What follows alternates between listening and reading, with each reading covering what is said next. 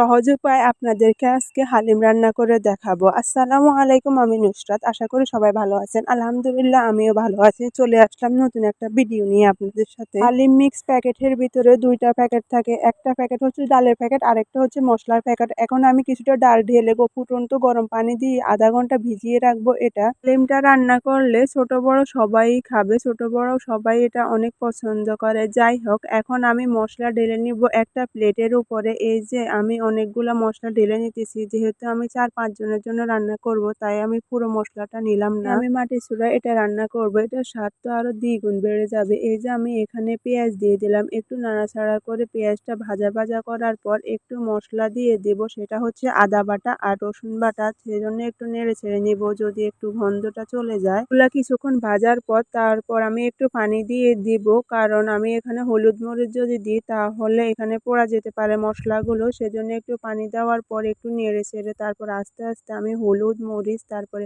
সামান্য একটু লবণ দিয়ে দিব। স্বাদ মতো হলুদ মরিচ লবণ দেওয়ার পর হালিম মিক্সের ভিতরে যে মশলাটা থাকে ওইটা আমি অর্ধেক দিয়ে দিব, তারপর কিছুটা রাখবো, রান্নার মাঝখানে ওইটা দিব। তারপর এটা কিছুক্ষণ নেড়ে ছেড়ে মুরগির মাংসটা দিয়ে দিলাম। মুরগির মাংসটা ভালোভাবে দিয়ে কষিয়ে নিব, কিন্তু আমি এখানে একটুও পানি দিব না, যেহেতু মুরগির মাংস থেকে অনেকগুলো পানি বের হবে, সেজন্য আমি একটুও পানি দিলাম না। এই যে আমি ভালোভাবে নেড়ে ছেড়ে একটা ঢাকনা দিয়ে ঢেকে রাখবো এটা। এগুলো করতে করতে তো প্রায় ০.৫ ঘন্টার মতো হয়ে গেছে, আর আমি এখানে যে ডালটা ভিজিয়ে রাখছি ওইটা ফুলে দ্বিগুণ হয়ে গেছে। এই যে আপনাদেরকে দেখাইতেছি, আমি একটা খুন্তি দিয়ে এটা নেড়ে ছেড়ে আপনাদেরকে দেখাইতেছি। এখানে অনেক গানের শব্দ, পাখির শব্দ, কাকের শব্দ আসতেছে। সবাই এটা একটু অ্যাভয়েড করে আমার ভিডিওটা অবশ্যই দেখবেন, যেহেতু আমি রাস্তায় দাঁড়িয়ে দাঁড়িয়ে ভয়েসটা দিতেছি। পর আমি ঢাকনা উঠিয়ে দেখলাম যে মুরগির মাংস থেকে অনেক ঝোল বের হয়েছে। এই যে আমি এখন কিছুক্ষণ নাড়াচাড়া করব, নাড়াচাড়া করতে তারপর আমি ডালটা দিয়ে দিলাম। তারপর ডালটা দিয়ে অনেকক্ষণ নাড়বো, না হলে এখানে বসে যাবে এটা।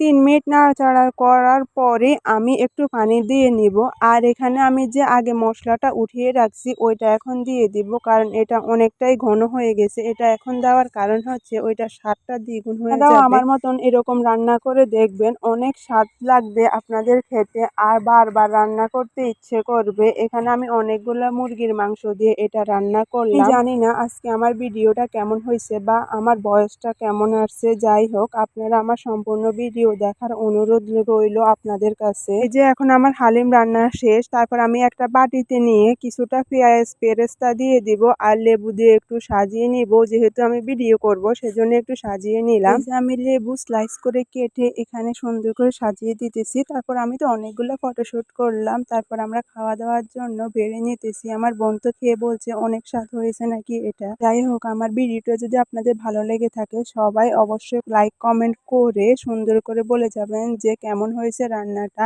আর আপনারা যদি আরো ভালোভাবে রান্না করতে পারেন আমাকে রেসিপি দিয়ে যাবেন, তাহলে আমি এখানে কোনো ভুল ত্রুটি হলে অবশ্যই ক্ষমার দৃষ্টিতে দেখবেন, যেহেতু আমি ইউটিউবে নতুন। যাই হোক, আজকে এ পর্যন্ত। আল্লাহ হাফেজ, ভালো থাকবেন সবাই। দেখা হবে অন্য কোনো দিন অন্য কোনো ভিডিওতে।